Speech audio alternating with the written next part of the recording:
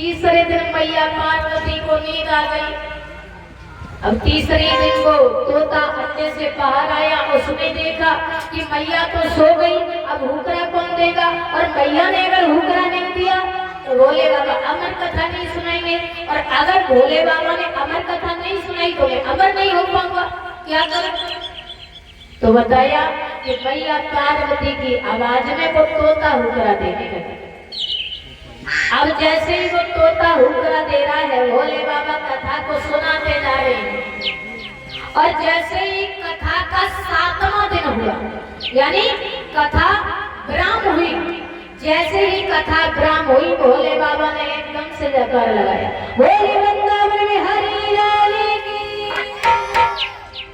अब भोले बाबा ने जैसे ही जयकारा लगाया तो मैया पार्वती के नेत्र खुल गए।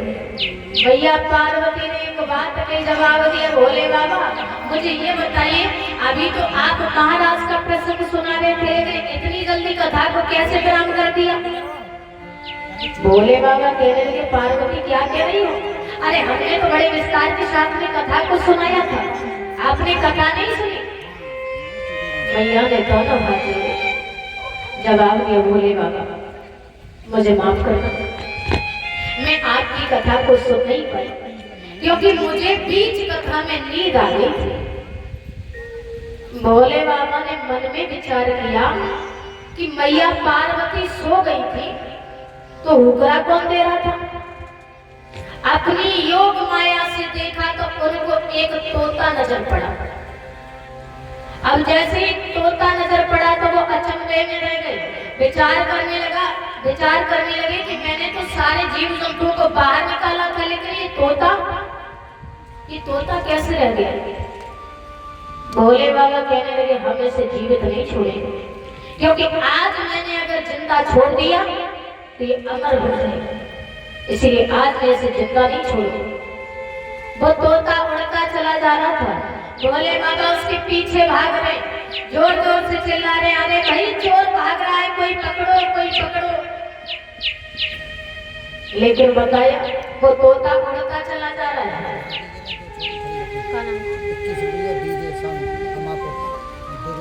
और ये 21 रुपए देवेंद्र भैया दीजिए साथ अमापुर, ये 21 रुपए से हमें स्पेशल दान कर रहे हैं। गोविंद कन्हैया से इच्छा कांक्षा करेंगे, हे मुरलीधर ऐसे भक्तों के सदा भंडार भरेंगे। बोलिए राधे रानी सरकार की।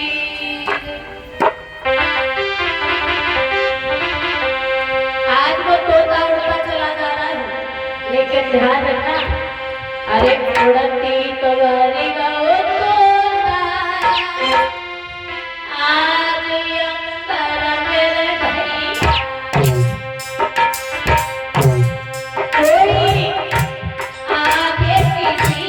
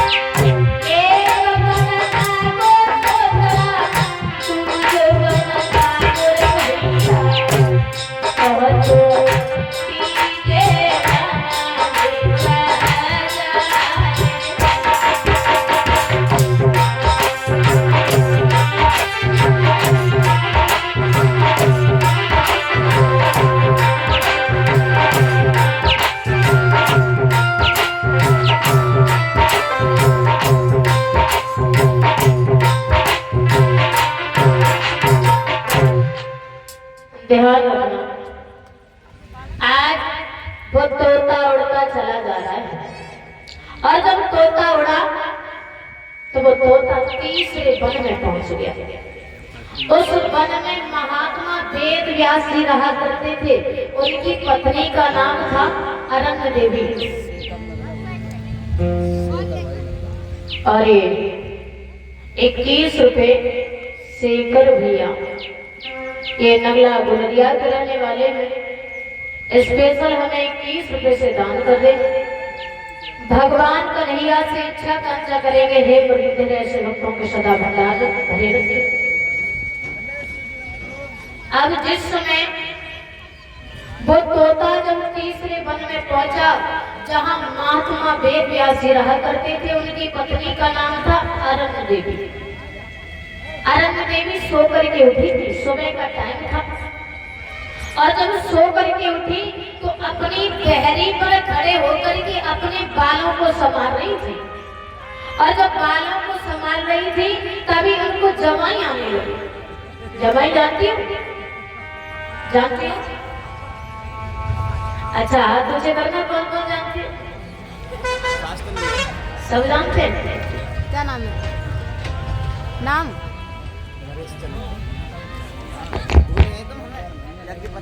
और ये नरेश चक्र, ये ग्राम टुकरिया के रहने वाले हैं। ये हमें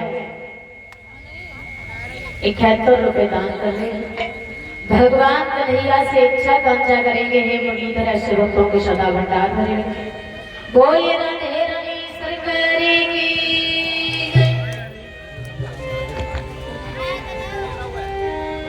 अब जिस समय अरण्य देवी को जमाई आने लगे तो वो जमाई आते देख तोते के मन में एक बात आई कि क्यों ना हम अपनी जान यहीं पे बचा लें। उस तोते ने अपना सूक्ष्म रूप बनाया, यानी छोटा रूप बनाया, और छोटा रूप बना करके अरण्य देवी के मुख से होकर के उनके उदर में प्रकट हो गया। अब जैसे ही प्रकट हुआ, भोले बाबा आए, आवाज लगाई, अरे महात्मा जी बाहर निकलिए, तुम्हारे घर में हमारा चोर है। महात्मा जी बाहर आए, जवाब दिया, भोले बाबा तुम? अरे यहाँ क्यों आए हो, क्या कारण है?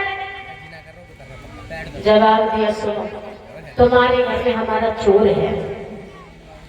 अब महात्मा जी ने एक बात कही, भोले बाबा मुझे ये बताइए, आपके कैलाश पर्वत पर भला है क्या तो चोर चोरी करके ले जाएगा? आपकी कैलाश पर्वत पर तो कुछ नहीं है। भोले बाबा कहने लगे, हाँ हम जानते हैं हमारे कैलाश पर्वत पर कुछ नहीं है, लेकिन उसने इतनी बड़ी चोरी की है कि कोई नहीं कर सकता। बहुत बड़ी चोरी की है उसने। महात्मा जी कहने लगे, आखिर इतनी बड़ी चोरी क्या की है? भोले बाबा कहने लगे, सुनो, उसने हमारी कथा की चोरी की है।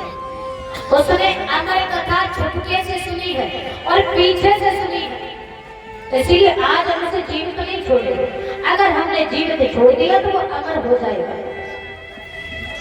महात्मा जी कहने लगे, ठीक है, अगर तुम कह रहे हो तो हम अपने घर में जाकर के देखते हैं आपका चोर है या फिर नहीं है। अब अंदर गए तो महात्मा जी को मालूम पड़ा कि भोले बाबा का चोर उनकी पत्नी के उदर में है। तो एक बात पे जवाब दिया, देखिए भोले बाबा, आपका जो चोर है वो हमारी पत्नी के उदर में है। अगर आप अपने चोर को मारोगे तो हमारी पत्नी का भी यही परिणाम हो जाएगा। इसीलिए अब आपका निर्णय है कि आप अपने चोर को मारोगे या फिर नहीं मारोगे। अब लड्डू दो जगह पे आएगा, जो है वो अब जिस समय भोले बाबा ने ये बात सुनी तो भोले बाबा कहने लगे, ठीक है कोई बात नहीं, अभी तो हम जा रहे हैं, और अगर आपकी पत्नी को कोई दिक्कत हो तो हमें खबर पहुंचा देना। बोले ठीक है। भोले बाबा चले गए। अब देखिए धीरे धीरे जब समय गुजरा तो उस तोते को उस गर्भ में रहते रहते 12 बरस हो गई, लेकिन वो तोता बाहर नहीं निकला। एक दिन अरण्य देवी अपने पति महात्मा वेद व्यास जी के चरणों को दबा ली। तभी उनके उदर से राम नाम की ध्वनियों का उच्चारण होने लगा, पीड़ा होने लगी। अरण्य देवी कहने लगी, स्वामी जी हमारे उदर में पीड़ा हो रही है, हमें ऐसा लगता है कि हमारे उदर में कोई राम का भक्त है। महात्मा जी वहां से भागे और भाग करके भोले बाबा के पास में पहुंच गए। जवाब दिया, भोले बाबा देखिए हमारी पत्नी जो है वो परेशान है, इसीलिए आप जल्दी चलिए। भोले बाबा जब चले तो भोले बाबा ने अरण्य देवी के पास में जाकर के एक आवाज लगाई, जवाब दिया, देखिए तोता इस गर्भ में रहते रहते तुम्हें 12 बरस हो गए, अब तो बाहर आ जाओ। तो उस उधर से एक आवाज आई, उस उधर से एक आवाज आई कि भोले बाबा मैं इस संसार में तभी आऊंगा जब इस संसार में किसी को किसी के लिए मोह नहीं रहेगा, किसी को किसी के लिए प्रेम नहीं रहेगा, तब हम इस संसार में जन्म लेंगे। तो देखिए बताया गया था कि भोले बाबा ने एक पल के लिए सारे संसार को निर्मोही कर दिया था, किसी को किसी के लिए प्रेम नहीं रहा था, किसी को किसी के लिए मोह नहीं रहा था। और जब एक पल के लिए निर्मोही किया तब सुखदेव जी का जन्म हुआ था। और सुखदेव जी 12 वर्ष के पैदा हुए थे। पैदा होते ही जंगल के लिए भागने लगे, लेकिन ध्यान रखना जनबलिया